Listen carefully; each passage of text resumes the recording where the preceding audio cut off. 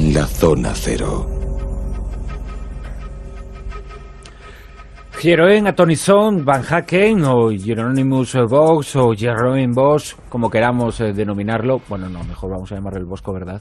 Sí, yo creo que sí, ¿no? Sí, hay que explicar luego algo de su apellido porque es importantísimo. Me parece que te ha pasado algo en la boca, nada más empezar. Un poco de las cosas raras de su vida. Carlos Jesús Callejo Canales, muy buenas. Hola, Bruno. Estamos en los monográficos y analizamos la figura del hombre que inspiró a Dalí. Sí, y a tantos surrealistas. Y a tantos, porque aunque es de un periodo muchísimo anterior al nacimiento del surrealismo, lo cierto es que la modernidad de sus pinturas, bueno, gracias a obras como las de Dalí, bueno, pues se ve ahí una línea en común y la verdad es que sorprende pensar que había pasado tantísimo tiempo. Fue un adelantado a su época, incluso en lo pictográfico, ¿no? Fue un adelantado y bueno, y eso le costó muy caro. De hecho, es un milagro que todavía tengamos algunas de las obras pictóricas del Bosco, porque precisamente por su temática, por lo procaz de esa temática, ¿no? Tal como describe el paraíso, como describe el infierno, con ese lujo de detalles, con ese elemento grotesco también que caracteriza un poco a su obra, que luego inspiró, por ejemplo, a Bruegel, ¿no? Tanto el padre como el hijo, es decir, que inspiró a muchísimos pintores de su época, aparte de, lógicamente, del siglo XX, donde el surrealismo, en fin, vio un claro antepasado, un claro antecesor en el Bosco, por la sucesión, ¿no?, de las temáticas que él representaba en sus lienzos. Pero lo sorprendente de todo ya no es tanto, y ahora analizaremos un poco la personalidad del Bosco, de lo poco que se sabe, que tampoco se sabe demasiado, y su pertenencia a algún grupo secreto.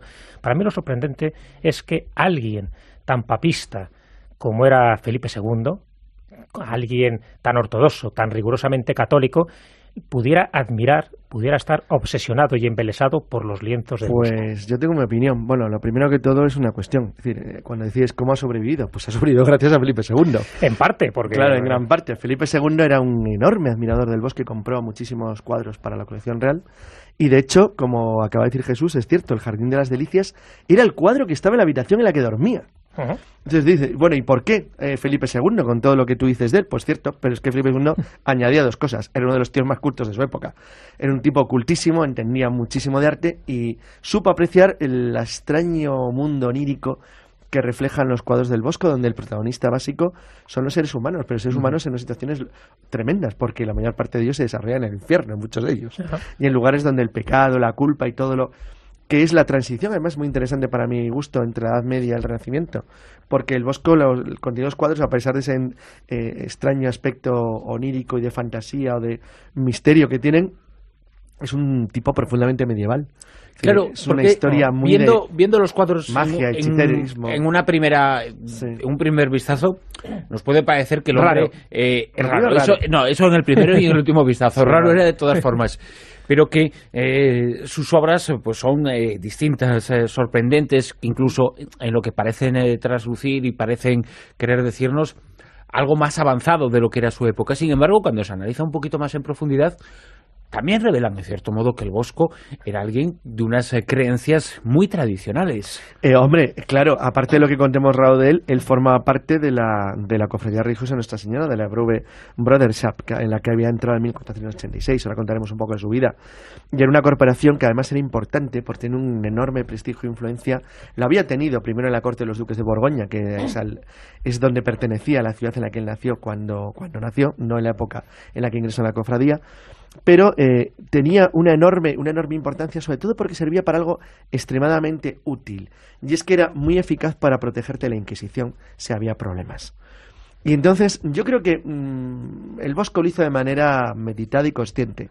Él sabía perfectamente que entrar en este tipo de fraternidades le iba a proteger, y aunque es verdad que la cofradía tenía una especial dedicación pues a las obras de caridad y a la devoción a la Virgen, también es cierto, y en parte le podía apoyar, que se dedicaba también a lo que era la devotio moderna y una serie de formas de apoyo a los artistas que aportaban algo nuevo a lo que era el arte de transición entre la Edad Media y el Renacimiento.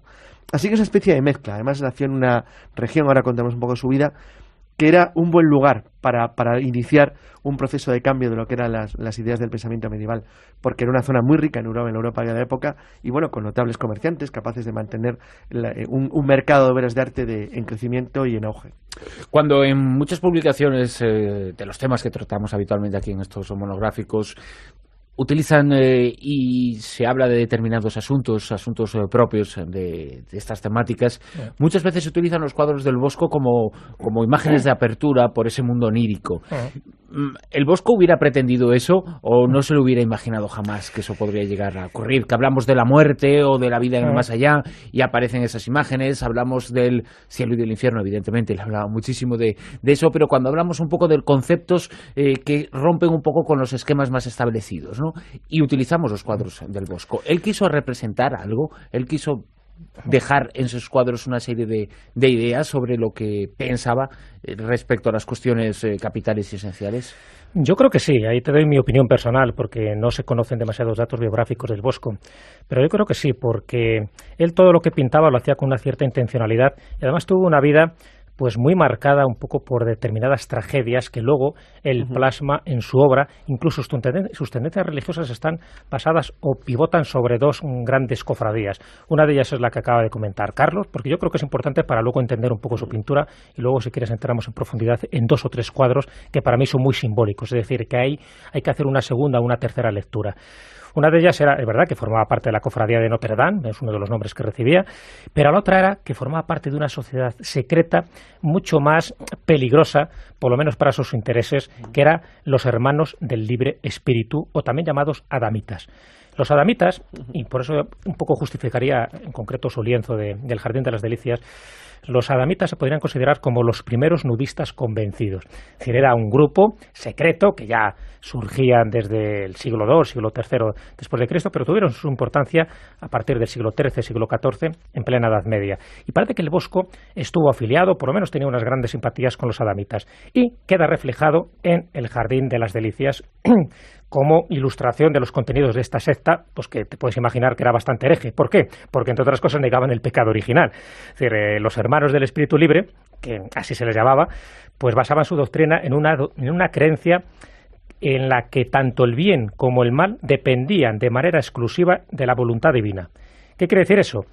Que el hombre no podía merecer la vida eterna por sus propios méritos. Es decir, bueno, que de alguna forma la humanidad estaba destinada o estaba condenada a la salvación eterna.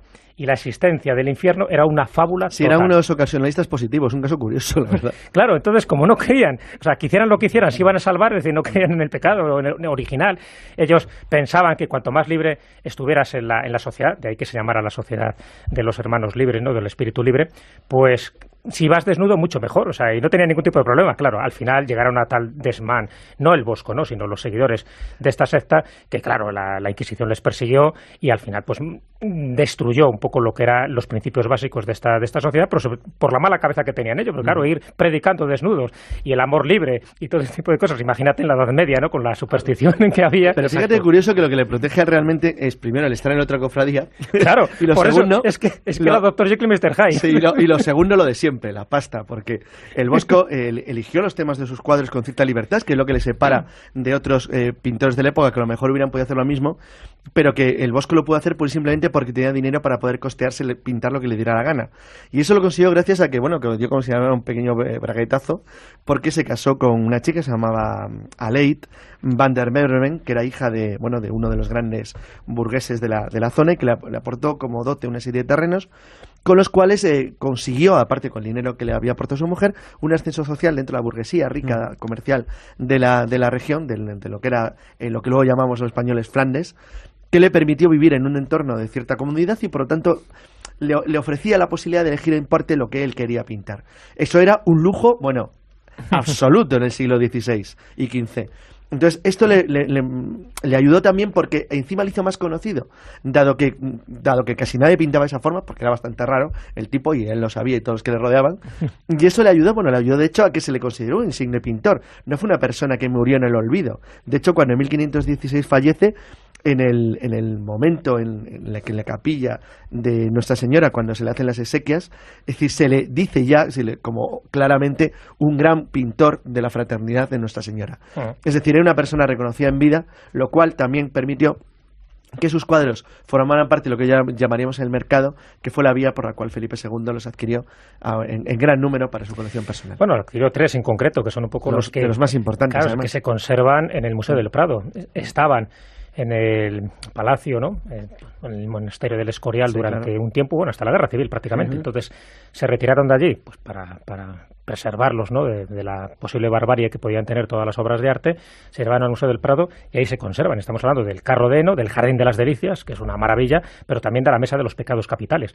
O sea, si te das cuenta, casi todo tiene que ver un poco con esa obsesión con el pecado, con esa obsesión, ¿no?, por hacer lo que tu espíritu libre te dicte. Moralista, quizá, también, en cierto modo, que era algo moralista. Sí, pero un moralista cachondo. Raro. Pero un moralista cachondo, en el sentido de que si realmente era una adamita, los adamitas, por ejemplo, no respetaban la propiedad privada, ni la de ellos ni la de nadie. Entonces, hay que decir que era un moralista que hacía buenas obras sociales durante el día, y parece que durante la noche es cuando pintaba este tipo de cosas, donde daba sus mensajes, y muchas veces eran mensajes crípticos. Y te pongo un ejemplo, ¿no? El Jardín de las Delicias está claro que está repleto de simbolismo, pero hay un cuadro también muy conocido, que es La curación de la locura. En este cuadro, que tiene muchas lecturas, está representando una fingida extracción de la piedra del mal del cerebro de un loco. Es decir, aparece ahí un loco ahí con una especie de capuchón, de botarate, que le está extrayendo esa piedra de la locura. Pero si se observa bien el cuadro, se verá que realmente el significado es otro. Es decir, el loco le está extirpando una flor, es decir, tiene forma de tulipán, que significa dinero.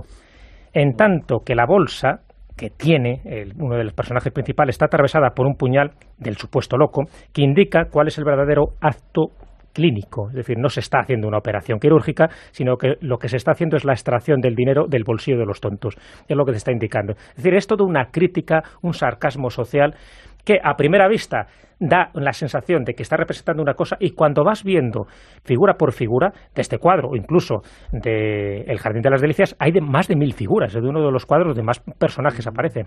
Bueno, pues te das cuenta que cada uno de ellos está haciendo algo aparentemente distinto a lo que representa. Claro, cuando sabes parte de la vida secreta del Bosco, te empiezas a dar cuenta que lo que está haciendo es una falsa moralidad, diciendo, por una parte estoy representando las escenas bíblicas, pero por otra parte estoy indicando mis propias ideas. Es decir, estoy haciendo una crítica a la sociedad, estoy haciendo una crítica a los tontos, a los estúpidos, a los que van aparentando unas cosas u otras, y sobre todo lo que intento hacer, más o menos dentro de una interpretación libre del Bosco, es dar mi propio mensaje, y un mensaje que luego le costó caro, en el sentido de que muchos cuadros fueron quemados porque pensaban que eran auténticas herejías. En cierto modo, lo que hacía también, por lo que dices, Jesús, es caricaturizar determinados estereotipos, ¿no? Sí, exacto. Lo que pasa es que eso, es decir, los que se han conservado, porque España es en porcentaje, obviamente, el país del mundo que más tiene. Tiene muchos, porque tiene casi una decena. Entonces, tanto en el Escorial como en Madrid, porque además en el Prado creo que hay uno en la Fundación Lázaro Galdiano también. Bueno, el caso es que ese pequeño detalle luego es lo que le permitió tener una cierta influencia en la pintura, porque aparte del surrealismo, que es evidente, también tuvo una gran influencia, por ejemplo, en Peter Bruegel el Viejo, donde es cierto que algunos de los cuadros claramente tienen un aire que recuerda un poco a los del Bosque, y por supuesto también en Peter Huys. Entonces, la verdad es que en ese sentido eso le permitió permanecer además como un pintor conocido y respetado, porque lo más llamativo para mí sigue siendo, decir, los raros que son los cuadros del Bosco cuando los ves por primera vez. Sí. Yo recuerdo que, claro, estaba pensando qué pensaba yo la primera vez que vi un cuadro del Bosco, que era un niño, del Prado, claro, qué cosa más rara hacía este tío. Entonces, eso era llamativo porque además le separaba muchísimo de los tipos de cuadros que se hacían en la época, bien los de carácter religioso, aunque formalmente los del Bosco lo eran, curiosamente, como los que ya empezaban a existir para la burguesía acomodada de la época, pues por ejemplo retratos y cosas que se hacían para familias. Pero digo que no deja de tener gracia porque efectivamente eran cuadros de carácter religioso. Claro, y además, fíjate, otra cosa muy llamativa del Bosco es que él, para pintar, necesitaba estar en lugares donde hubiera ocurrido algún hecho traumático.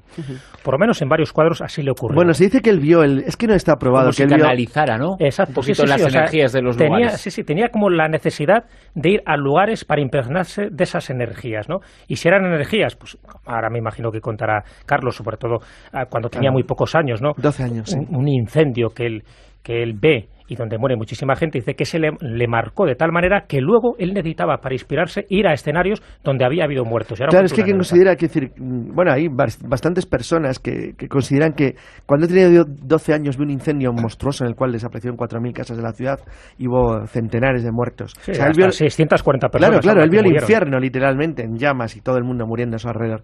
Y que eso le impactó de una manera tan tremenda que probablemente influenció de alguna manera en la forma en que representa el sufrimiento sufrimiento, o los cuadros extraños y oníricos que él pone. Porque sí, para un niño de 12 años tuvo un impacto notable. Claro, fíjate que una de las temporadas de su vida oscuras, parece que estuvo en Venecia. Digo oscuras porque no hay una constancia de que así fuera, pero bueno, se parece que estuvo durante un tiempo en Venecia. Y él, cuando estuvo en el Palacio Ducal, lo que más le gustaba visitar eran las mazmorras. Y eran las mazmorras porque allí había muerto mucha gente, ejecutada, torturada, en fin, ajusticiados por los signori de notte, en fin, los señores de la noche, y se sabe que murieron miles de reos. Bueno, pues allí es donde pasaba horas y horas haciendo sus bocetos que luego plasmaba en sus lienzos. Es decir, necesitaba impregnarse de esa energía, no sé si considerarla maléfica o no, pero por lo menos inspiradora para él. Era una época en la que existían muchísimos temores y creencias apocalípticas. ¿Eso se reflejó de alguna forma en sus trabajos? Efectivamente hubo una racha apocalíptica que coincidía con el comienzo del siglo XVI, que se reflejaba también, pero ten en cuenta que se reflejaba mezclado de una manera muy curiosa con algunos elementos que, aunque no son claros, es decir, en el libro, en la obra del Bosco, porque formalmente no podían ser así, dado que eran cuadros de carácter religioso, sí tenían una enorme imagen que la alejaba de lo que era la cultura clásica religiosa y la aproximaba a los mitos más oscuros de la Edad Media.